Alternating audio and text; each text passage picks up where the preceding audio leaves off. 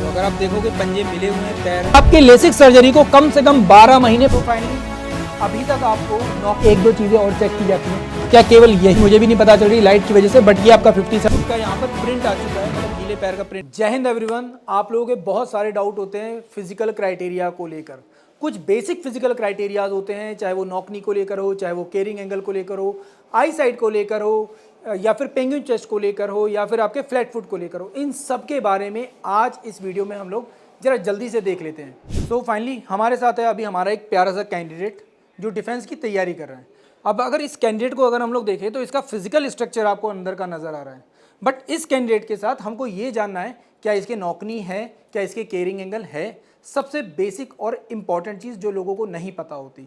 तो चलिए सबसे पहले अगर हम लोग बात करें फीमेल कैंडिडेट और मेल कैंडिडेट्स में, देखो एक छोटा सा जो स्ट्रक्चरल डिफरेंस है ना, वो ये है कि ईश्वर ने हमको बनाकर वैसा भेजा है।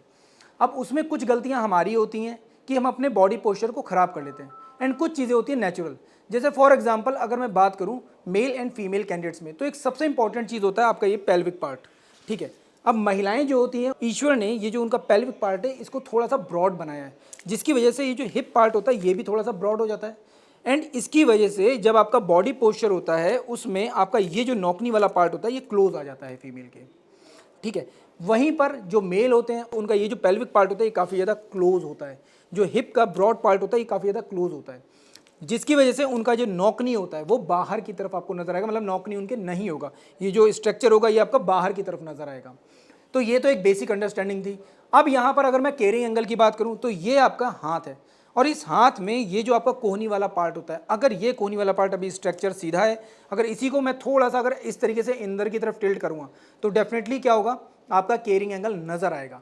अब इनको मीज़र कैसे करते हैं, हमारे पास कुछ ऐसे कैंडिडेट्स और भी हैं जो इस वक्त लाइव हैं हमारे साथ, तो उनके साथ देखते हैं कि क्या क्या प्रॉब्लम्स होती हैं और कैसे उसको सॉल्व किया जाएगा। वो भी हम लोग आगे चलकर आपको एक वीडियो में ज़रूर बताएंगे। तो अभी तक आप लोग फिजिकल स्ट्रक्चर को जान चुके होंगे। अब फाइनली हम लोग यहाँ पर बात कर रहे हैं ऑन डॉक्यूमेंट जो जो चीज़ें आपको दी गई हैं, जितने भी क्राइटेरियाज आपको जानने ज़रूरी हैं वो सब के बारे में।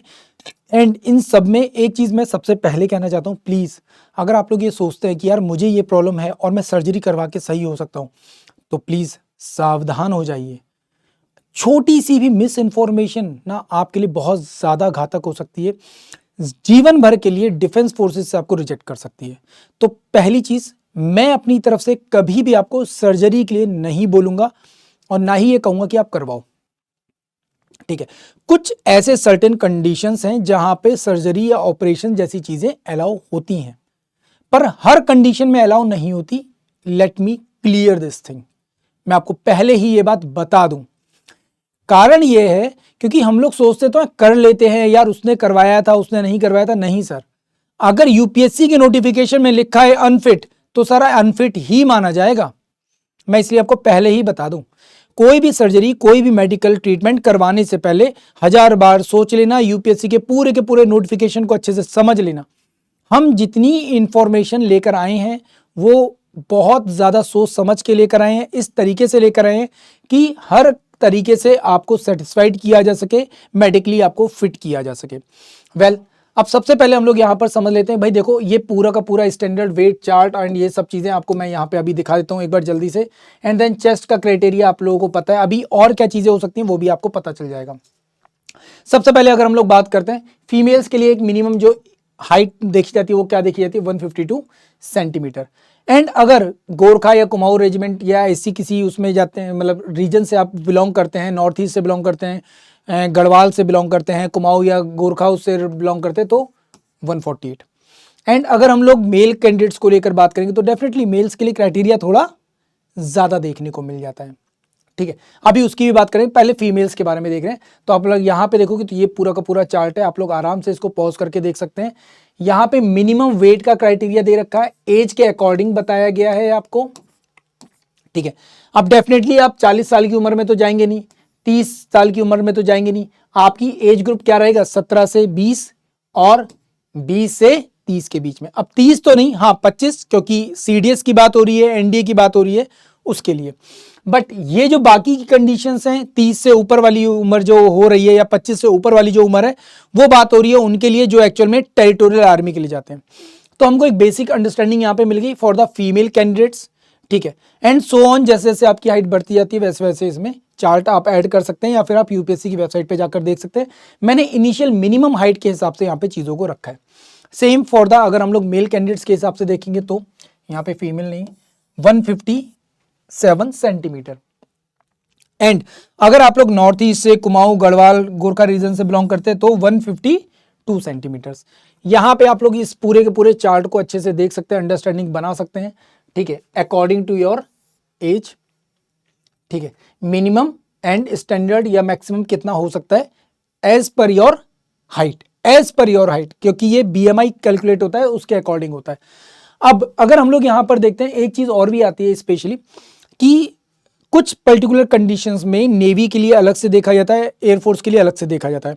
एयरफोर्स में थोड़ा ज्यादा होता है, क्योंकि आपको कॉकपिट में बैठना है, आपको फाइटर पायलट बनना है, तो उसके लिए आपकी सिटिंग हाइट कैसी होनी चाहिए, आपकी लेग्स की हाइट कितनी होनी चाहिए, आपकी थाई की लेंथ कैसी होनी चाहिए, ये चीजें भी आपके सामने दी गई हैं। तो प्लीज आप लोग इनको कंसीडर करके चलना। मैंने मिनिमम और मैक्सिमम दोनों ही क्राइटेरियाज आपको यहाँ पर बता दिए हैं, आपको इनके बारे में अच्छे से पता होना चाहिए। अब ये कोई ऐसी चीज नहीं है जो आप घर पे नहीं नाप सकते। आप लोग आराम से घर पे जब चेयर में बैठते हैं, कहीं पर भी बैठते हैं, आराम से इंची टेप पर लेकर आप आराम से देख सकते हैं आपकी सिटिंग हाइट, आपकी लेग हाइट, ये सब, क्योंकि हर एक जो फाइटर प्लेन है उसका जो कॉकपिट होता है वो बहुत अलग तरीके से डिजाइन किया जाता है, इसलिए ऐसा जरूरी है।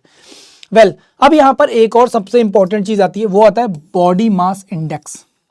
क्या? Body mass index.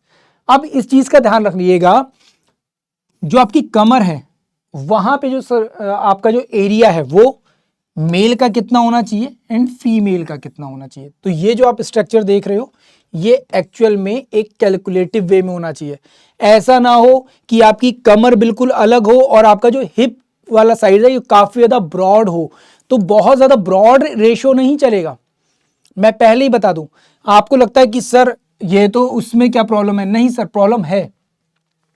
कई बार ये खराब होता है बॉडी स्ट्रक्चर आपका, इसलिए क्योंकि आप लोग कभी एक्सरसाइज नहीं करते। आप लोग सोचते हैं जब एग्जाम क्लियर होगा तब हम एक्सरसाइज शुरू करेंगे, रनिंग शुरू करेंगे। नहीं सर, शुरुआत से करो। अगर आप ऐसा नहीं करते तो आप अपने साथ ही खिलवाड़ कर रहे हो, अपने आप को धोखा दे रहे हो। तो ये बताना मेरा फर्ज बनता है, इसलिए मैंने आपको यहां पर ये चीज भी बता दी। प्लीज इस पूरे स्ट्रक्चर को अच्छे से मेंटेन कर लो, अपनी फिजिकली जो कमियां हैं उनको अभी से पूरा कर लो। फिर बात करते हैं आइज को लेकर। देखो, जो यूपीएससी का नोटिफिकेशन में उसमें आपको बताया जाता है 6/36, 6/60 एंड 6/60 आपको ये कंडीशन देखने को मिल जाती है।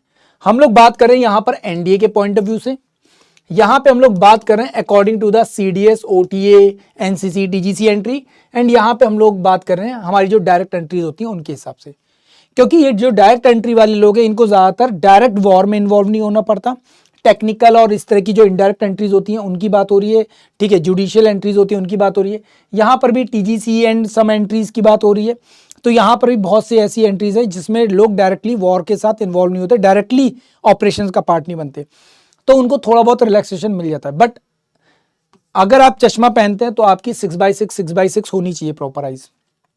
यहां पे आप देखोगे -2.5 आपका होना चाहिए, ठीक है। एंड चाहे आपका प्लस में हो चाहे माइनस में हो, मतलब दूर का हो या पास का हो, चश्मा आपका -2.5 से ज्यादा ना होना हो, ठीक है। तो ये चीज आप लोग ध्यान रखिएगा। एंड अगर आप लोग ग्रेजुएट लेवल पर हैं, सीडीएस जैसे एग्जाम पे जा रहे हैं, तो -3.5 यहाँ पर बोला जा रहा है। बट देखो, मेरा अपना जो पर्सनल एक्सपीरियंस है, वहां पर अगर आपका नंबर ज्यादा है ना, तो डेफिनेटली आप रिजेक्शन के चांसेस बन जाते हैं बहुत ज़्यादा। क्योंकि अगर उनको कोई फिट कैंडिडेट मिल रहा है जिसके चश्मा नहीं लगा हुआ है, तो भाई उसको लेंगे ना, आप खुद सोचो लॉजिकली, ठीक है।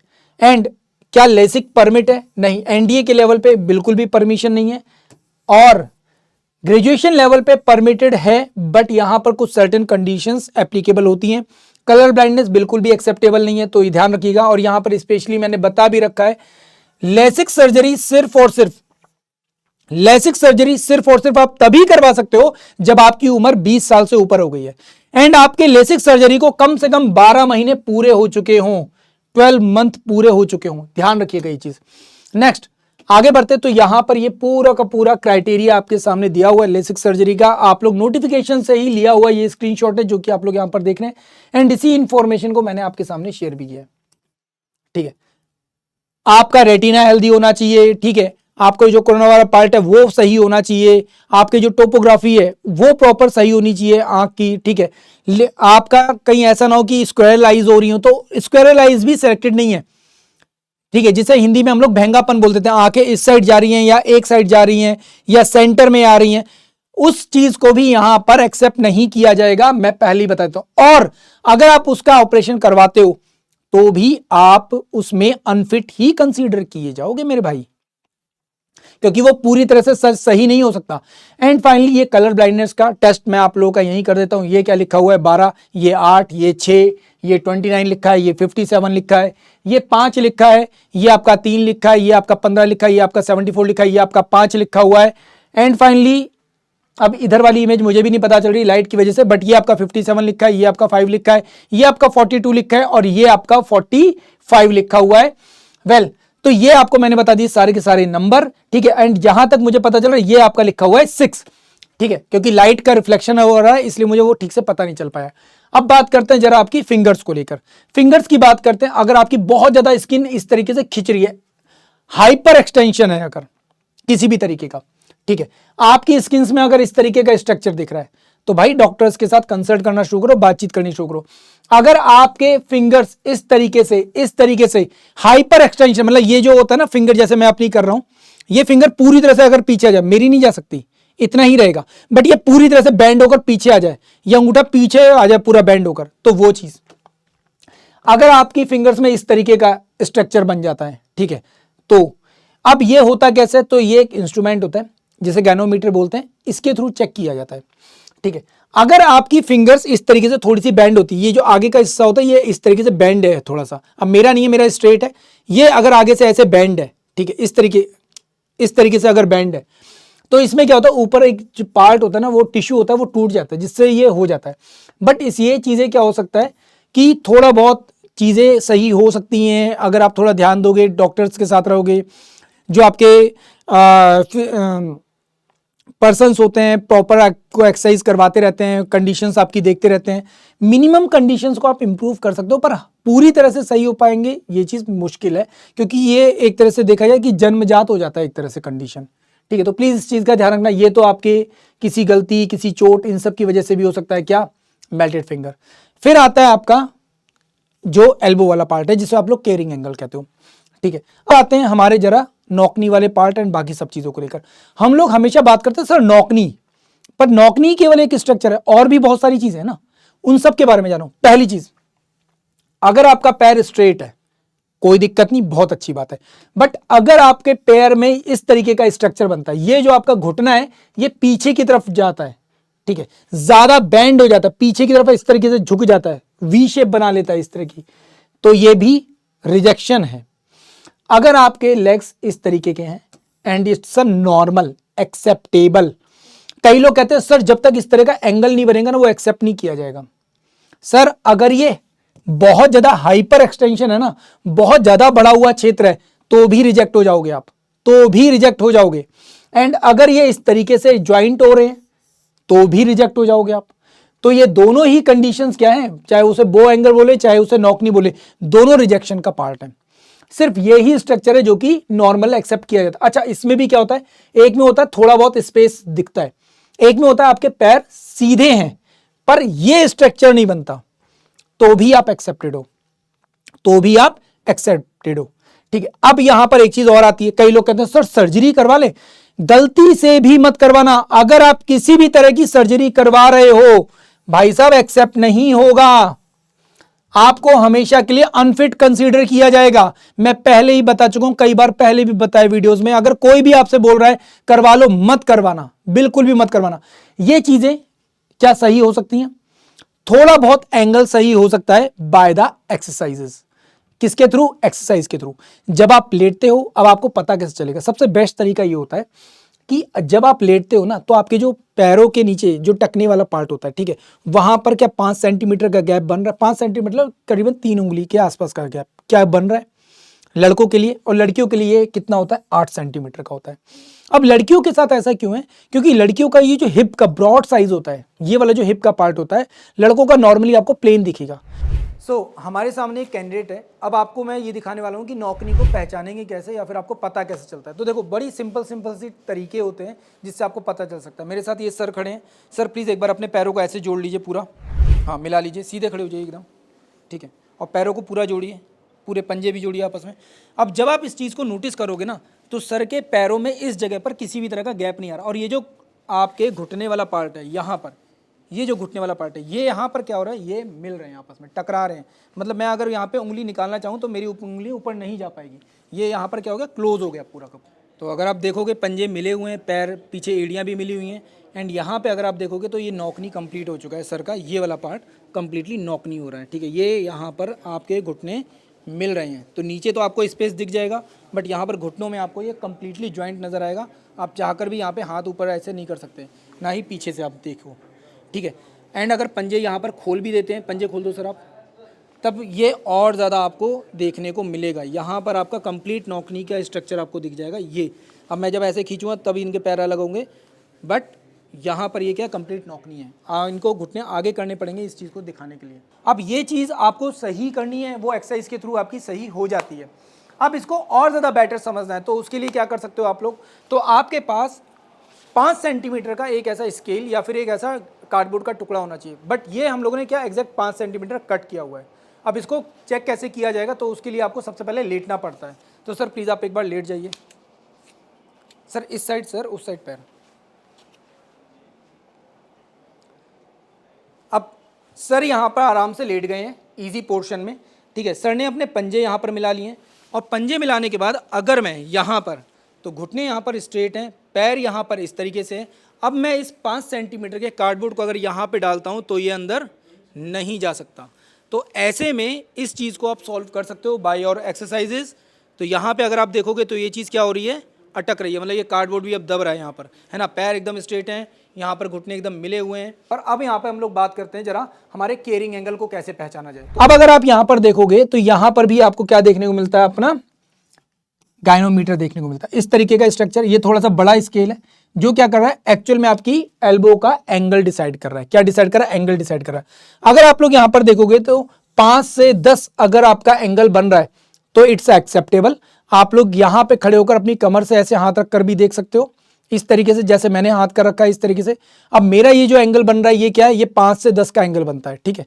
ये 5 से 10 का एंगल बन रहा है एग्जैक्टली, ठीक है। बट अगर यही एंगल अगर मान लो ऐसा होता तो ये एक्सेप्टेबल नहीं होता, है ना।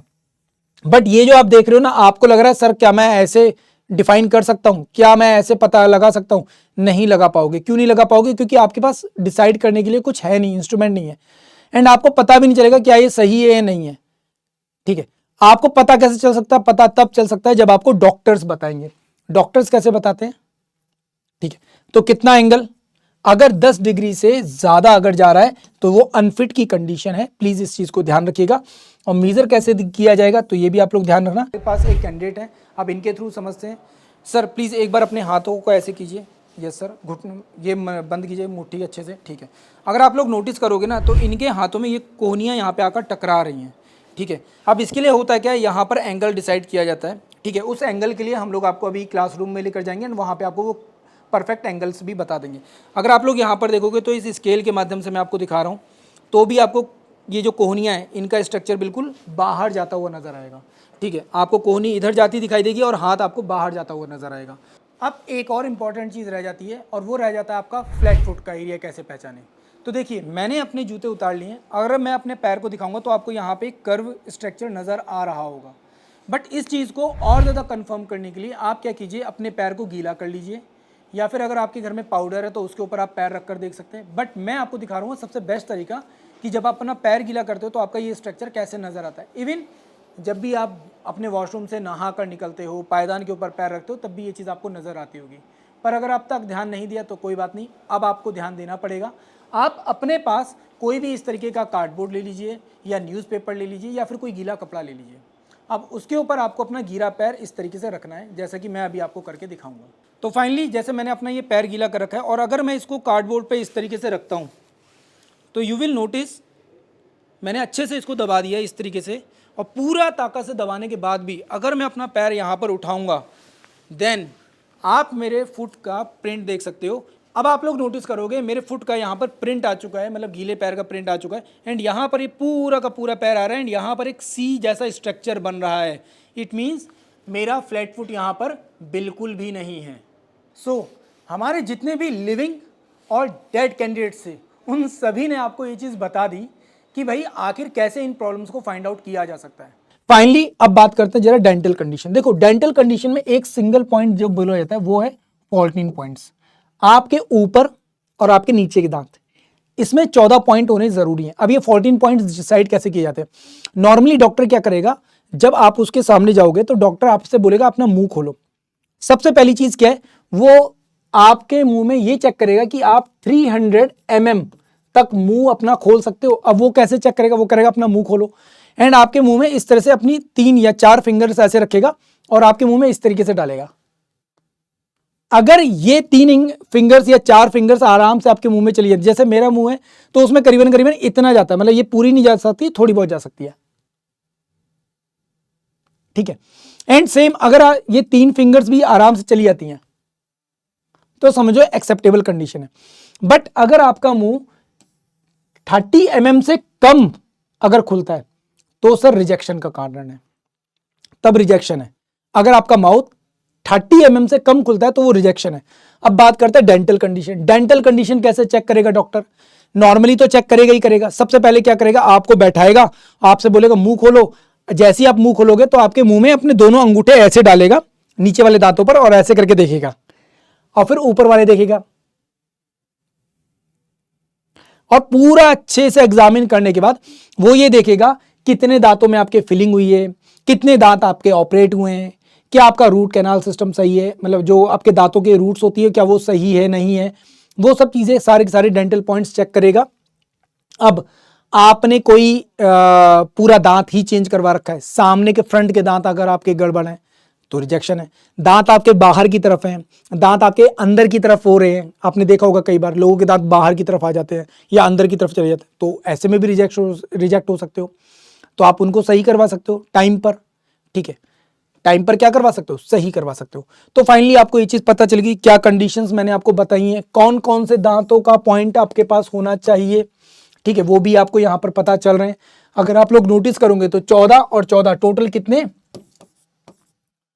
28 पॉइंट्स, मतलब दांतों के 28 पॉइंट आपके ज्वाइन होने चाहिए प्रॉपर। नॉर्मली आपको दांतों का साइज कितना देखने को मिलता है, क्लियर है, ठीक है, क्लियर है, चलो बहुत अच्छी बात है। तो यहां पे आप लोग ये देख सकते हैं पूरा का पूरा दांतों का स्ट्रक्चर कुछ इस तरीके का आपको देखने को मिलता है, ठीक है। चलो आगे बढ़ जाते हैं। अब बात करते हैं यार चेस्ट को लेकर। नॉर्मली क्या पता चलता है, या पीछे भी जो लिखा होता है क्या पता चलता है, सर 77 सेंटीमीटर चेस्ट, एंड जब मैं इंची टेप लगाऊं और सांस भरूं तो 5 सेंटीमीटर एक्सटेंड होनी चाहिए, बढ़नी चाहिए। क्या होनी चाहिए, बढ़नी चाहिए।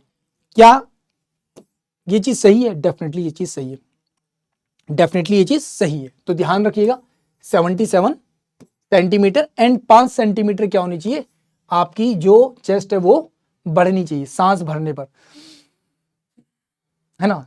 अब यहां पर उसके अलावा भी एक दो चीजें और चेक की जाती हैं। क्या केवल यही चेक किया जाएगा कि सांस भरने पर ऐसा हो रहा है? नहीं सर, इसके अलावा आपका जो शोल्डर अलाइनमेंट है क्या वो सही है, ठीक है। कहीं आपके मेल बूब्स की कंडीशन तो नहीं है। नॉर्मल चेस्ट होती है, मेल बूब्स में पता होता है सबको क्या होता है, स्ट्रक्चर किस तरीके का हो जाता है।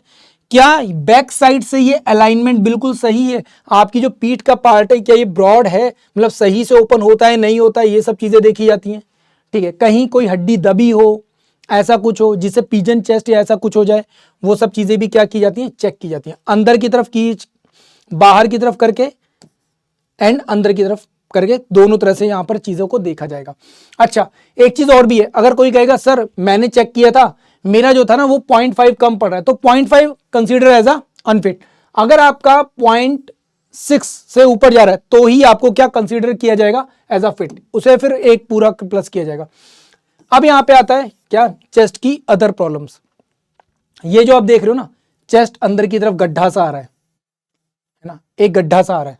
आप ये देख रहे हो चेस्ट में ऊपर की तरफ हड्डी ऐसे निकल के आ रही है, इसे बोलते हैं पिजन चेस्ट कंडीशन। ये नॉट एक्सेप्टेबल है। दूसरी चीज है ये, एक चेस्ट प्रॉपर डेवलप हुई है एंड दूसरी जो चेस्ट है वो डेवलप ही नहीं हुई, अनडेवलप्ड कंडीशन है, तो ये भी रिजेक्शन का कारण बनती है। दूसरी चीज क्या है, चेस्ट का अलग अलग डायरेक्शन में या अलग तरीके से फॉर्म होना। अब ये स्ट्रक्चर जो है ये ज्यादातर फीमेल्स में नजर आता है, इवन मेल्स में भी नजर आता है। अब ये कैसे आप डिफाइन करोगे? फॉर एग्जांपल मेरे गले का ये जो पॉइंट आप देख रहे हो, इस पॉइंट से यहां पर जो मेरे निप्पल्स हैं एंड यहां पर जो मेरे निप्पल्स हैं, ये एग्जैक्ट बराबर होना चाहिए, एग्जैक्ट बराबर होना चाहिए। एंड सेम निप्पल्स के बीच का डिस्टेंस बराबर होना चाहिए, ऐसे भी और इस तरीके से भी। तो ट्रायंगुलर शेप में इसको चेक किया जाता है एंड फीमेल्स में भी होगा एंड मेल में भी ये चीज देखी जाती है। ठीक है, तो ये चीज आपको पता होनी चाहिए। अब आते हैं हियरिंग को लेकर, कानों को लेकर। ठीक है भाई, सीधी सिंपल सी बात है, अगर 20 dB से कम है अगर आपकी साउंड क्वालिटी, तो भाई आप रिजेक्ट हो जाओगे। अगर आप इस कंडीशन में हो तो आप एक्सेप्टेबल हो, ये कंडीशन नॉट एक्सेप्टेबल। ठीक है, तो हमें परफेक्ट पर्सन चाहिए। ठीक है, अब इसको चेक कैसे किया जाता है? तो यहां पे एक वेबर टेस्ट होता है, एक इस तरीके का स्टील इंस्ट्रूमेंट होता है। ठीक है, उसको इस तरीके से बजाया जाएगा, आपको एक कान के पीछे, दूसरे कान के, ठीक है, सर के ऊपर लगाकर देखा जाएगा। एंड जब सर के ऊपर लगाएंगे तब वो पूछेंगे आपको कहां आवाज सुनाई दे रही है, देन आपको बराबर आवाज सुनाई देगी। ठीक है, इसको हम लोग ऑडियोमीटर टेस्ट भी बोलते हैं। आजकल मशीन्स का यूज होता है, बट नॉर्मली ये वाला टेस्ट आपको देखने को कई बार मिलेगा, हर जगह पर मिल जाएगा। जब भी साउंड होगा, जिस भी कान के आसपास लेकर जाएंगे तो वहां पर आपको एग्जैक्ट वो वाइब्रेशन या वो साउंड सुनाई देगा।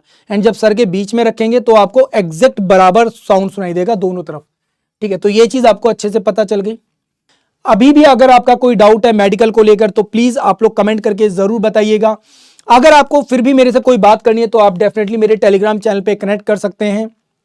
उम्मीद करता हूं सारी इंफॉर्मेशन आपको मिल गई होगी। Thank you so much. जय हिंद।